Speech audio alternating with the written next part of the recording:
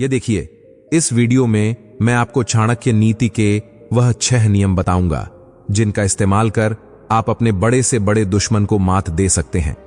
अब देखिए, सबसे पहली चीज तो आप यह समझिए कि दुनिया में किसी को भी अपना दुश्मन नहीं मानना चाहिए, पर साथ साथ किसी को भी अपना दोस्त भी नहीं मानना चाहिए, क्योंकि दुनिया में जितने भी लोग होते हैं केवल और केवल अपने मतलब के लिए आपसे मिलते हैं, आपसे अलग हो जाते हैं, आपसे अच्छे संबंध रखते हैं या फिर आपको नुकसान पहुंचाते हैं।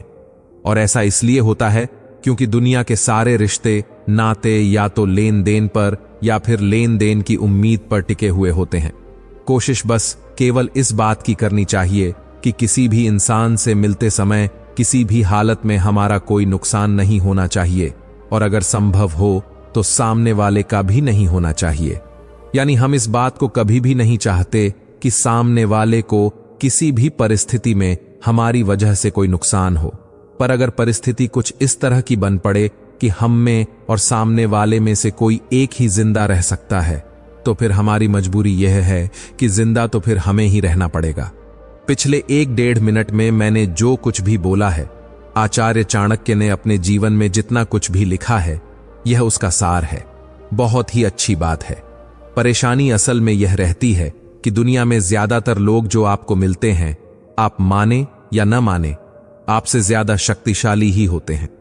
बहुत ही कम लोग ऐसे होते हैं जो आपके ही बराबर के होते हैं, और पूरी की पूरी दुनिया में लगभग ना के बराबर होंगे ऐसे लोग होते हैं जिन्हें अगर आप नुकसान पहुंचाएं तो वह बदले में आपका कुछ भी नहीं बिगाड़ पाए।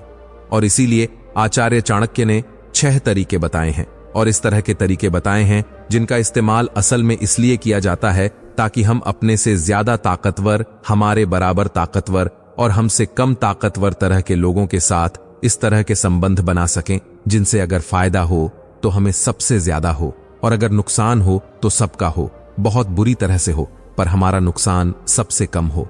और यह 6 तरीके जो हैं वह हैं संधि, विग्रह, आसन, यान, संजय और वैभव। अब समझिए, सबसे पहला तरीका होता है संधि। और देखिए, ना तो सभी लोगों से जीता जा सकता है और ना ही सभी लोगों को तोड़कर ही रखा जा सकता है, और इसलिए अपने से ज्यादा ताकतवर, अपने बराबर ताकतवर और अपने से कम ताकतवर लोगों के साथ अच्छे संबंध बनाकर रखना चाहिए। और साम और दाम का इस्तेमाल कर, यानी कुछ भी कर, कोई ना कोई ऐसा रास्ता जरूर निकालना चाहिए जिसमें सामने वाले की भी और हमारी भी संतुष्टि हो जाए और दोनों का काम शांति से होता रहे। इस चीज को भी समझिए कि आप चाहे कितने भी ताकतवर क्यों ना हो और चाहे सामने वाले को चींटी की तरह क्यों ना रौंद सकते हो, तो भी आपको इस बात की कोशिश हमेशा करनी चाहिए कि जो कुछ भी मामला है शांति से निपट जाए।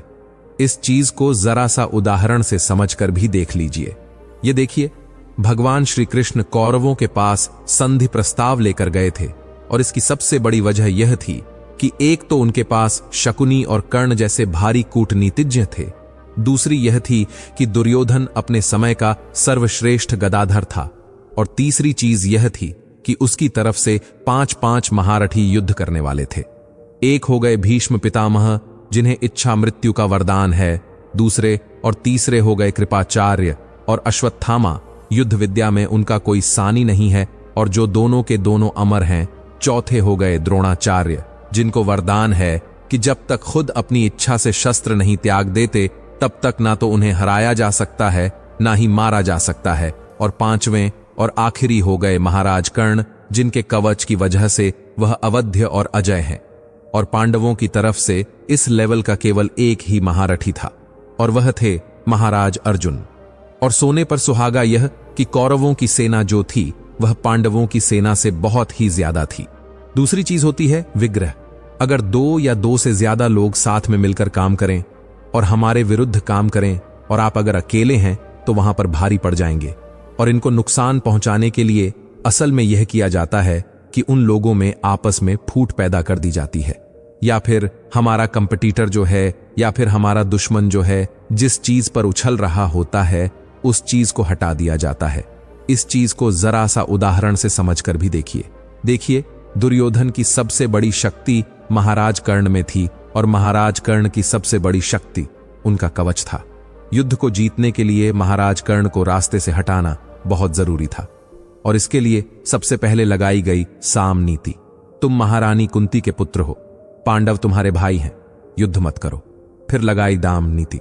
तुम्हारी सबसे बड़ी परेशानी यह है कि तुम्हें समाज में सम्मान नहीं मिला, सम्मान भी लो और हस्तिनापुर का राज्य भी लो, युद्ध मत करो।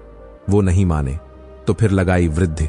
महारानी कुंती को भेजकर वचन लिया कि अर्जुन के अलावा किसी भी पांडव को नहीं मारोगे और देवराज इंद्र को भेजकर कवच ले लिया और बदले में जो दिव्यास्त्र मिला था उसे घटोत्कच पर बेकार करवा दिया। यानी महाराज कर्ण की सबसे बड़ी शक्ति जो उनका कवच था वह समाप्त हो गया, तो महाराज कर्ण भी समाप्त हो गए। और महाराज कर्ण जब समाप्त हो गए तो दुर्योधन, जिसकी वजह से सबसे ज्यादा उछल रहा था, वह वजह समाप्त हो गई। अब आइए तीसरी नीति पर। तीसरी नीति होती है आसन। और आसन में असल में यह किया जाता है कि अगर हमारा दुश्मन हमसे बहुत ही ज्यादा शक्तिशाली है तो पहले अपनी शक्तियों को बढ़ाया जाता है और इस बात का इंतजार किया जाता है कि दुश्मन जो है वह कोई गलती करे, किसी परेशानी में पड़े या फिर कोई दूसरा दुश्मन उसके ऊपर आक्रमण करे, और जब भी ऐसा होता है तब पूरी ताकत के साथ उसके ऊपर हमला कर दिया जाता है। इस चीज को जरा सा उदाहरण समझकर देखिए। हुआ यह था कि चीरहरण वाली बात होने के बाद पांडवों को सीधे सीधे कौरवों पर आक्रमण कर देना चाहिए था, पर अगर वह उसी वक्त आक्रमण कर देते तो यह दूसरे राज्य का हस्तिनापुर पर आक्रमण माना जाता और भीष्म पितामह को निश्चित रूप से उन सभी को मारना पड़ता और पांडव कुछ भी नहीं कर पाते। और केवल इसी वजह से ही पांडव चुपचाप वनवास चले गए और अर्जुन से बोला गया, भैया दिव्यास्त्र सीखो, और भीम से बोला गया, भैया शक्ति बढ़ाओ। अब आइए चौथी नीति पर। चौथी नीति होती है यान, और इसमें असल में यह किया जाता है कि सामने वाले के ऊपर हमला कर दिया जाता है और उसको हर तरह से ज्यादा नुकसान पहुंचाने की कोशिश की जाती है। इस तरीके का इस्तेमाल केवल और केवल दो स्थितियों में ही किया जाता है। पहली स्थिति यह होती है कि यह बात पूरी तरह से निश्चित होनी चाहिए कि हमारे जीतने के चांसेस बहुत ही ज्यादा हैं और जीत हमारी ही होगी। और दूसरी स्थिति कहती है कि अगर हम खुद से हमला नहीं करते तो या तो हमारी जान जाएगी या फिर बहुत ही भारी नुकसान हो जाएगा। इस चीज को भी समझिए कि इस तरीके का इस्तेमाल करने से हमेशा बचना चाहिए, क्योंकि किसी भी तरह की लड़ाई हो, जितना नुकसान सामने वाले का होता है लगभग उतना ही नुकसान हमारा भी होता है। अब देखिए, पहली स्थिति तक हुई जब यह देखा गया कि भगवान कृष्ण भी हमारे साथ हैं और अर्जुन के पास सारे दिव्यास्त्र हैं। दूसरी स्थिति को पूरा करने के लिए श्रीमद् भागवत गीता का उपदेश दिया गया, क्योंकि पांडवों को मारे बिना दुर्योधन बैठने वाला नहीं था और दोनों पक्षों का लगभग बराबर नुकसान हुआ।